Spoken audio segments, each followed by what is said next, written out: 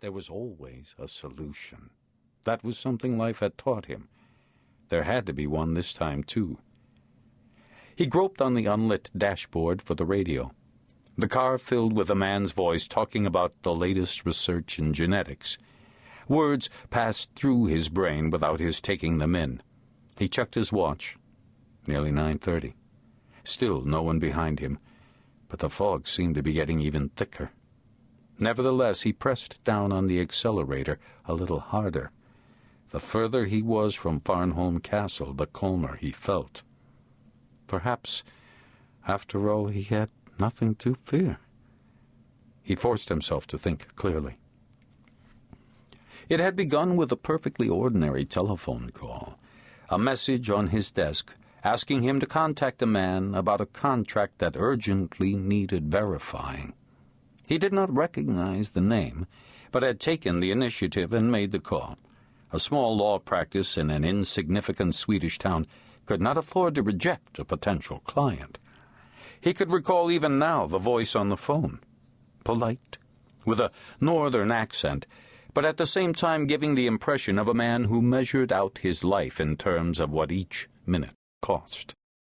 He had explained the task, a complicated transaction involving a shipping line registered in Corsica and a number of cement cargoes to Saudi Arabia, where one of his companies was acting as an agent for Skanska.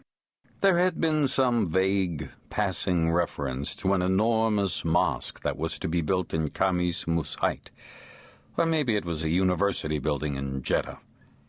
They had met a few days later at the Continental Hotel in Ystad. He had arrived there early, and the restaurant was not yet open for lunch. He had sat at a table in the corner and watched the man arrive.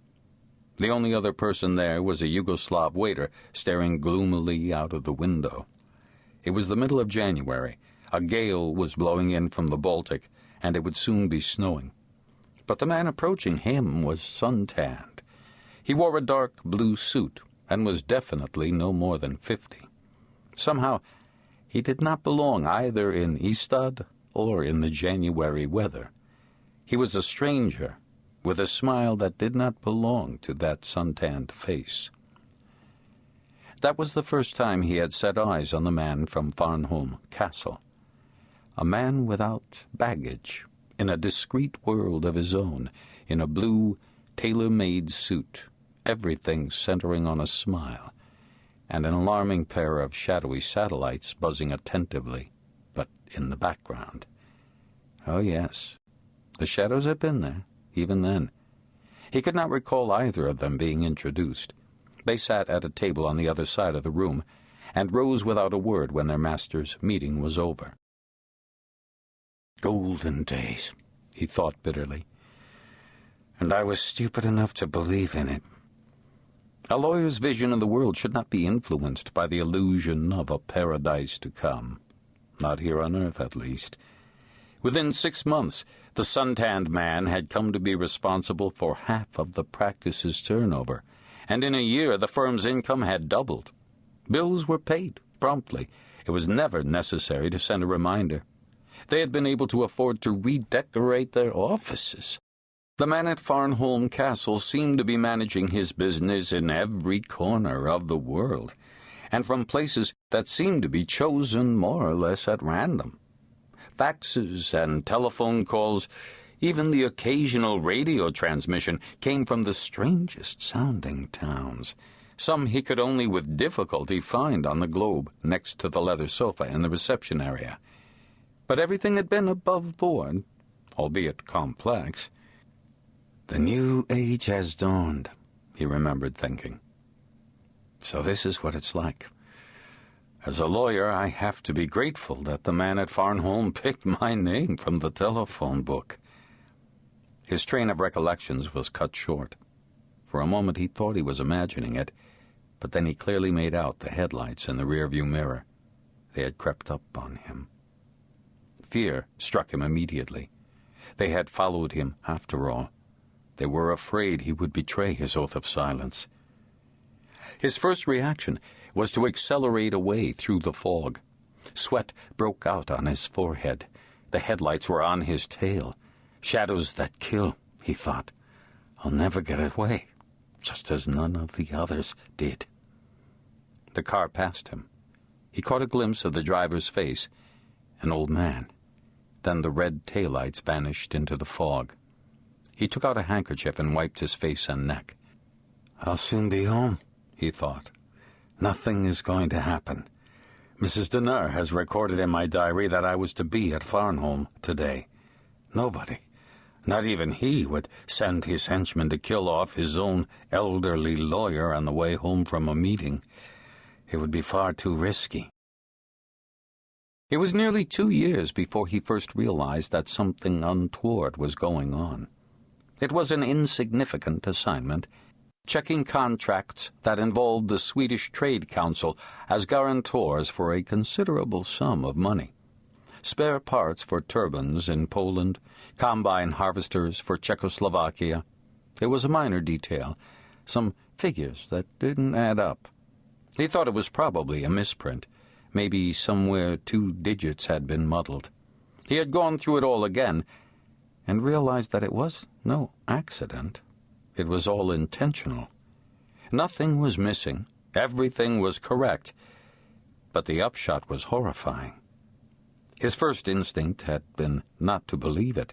He had leaned back in his chair. It was late in the evening, he recalled, taking in that there was no doubt that he had uncovered a crime.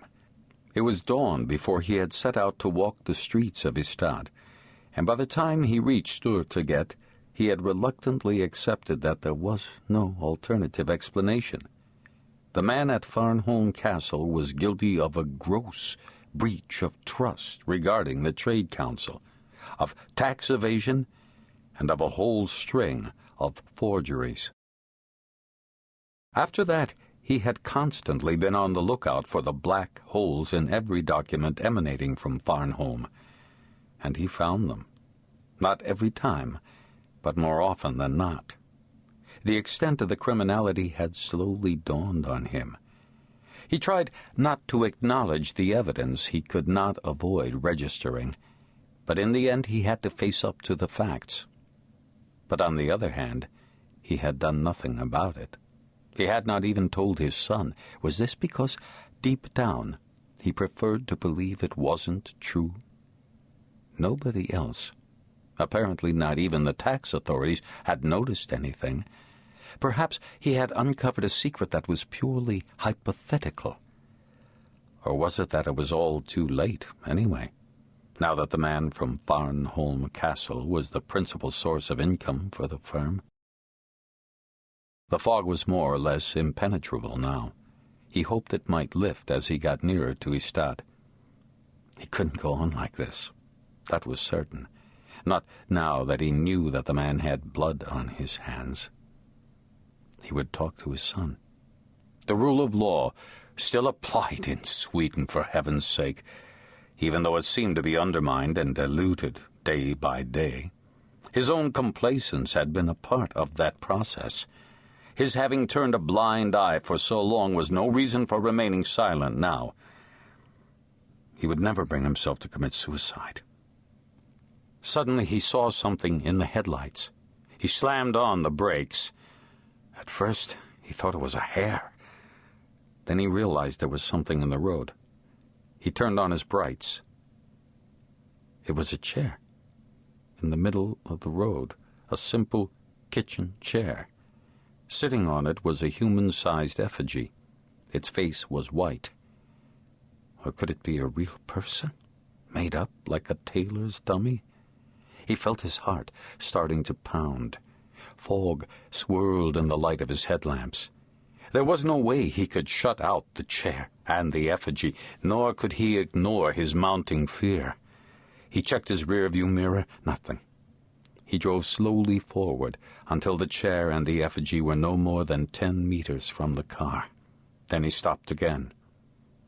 The dummy looked impressively like a human being, not just some kind of hastily put-together scarecrow. It's for me, he thought. He switched off the radio, his hand trembling, and pricked up his ears. Fog and silence. He didn't know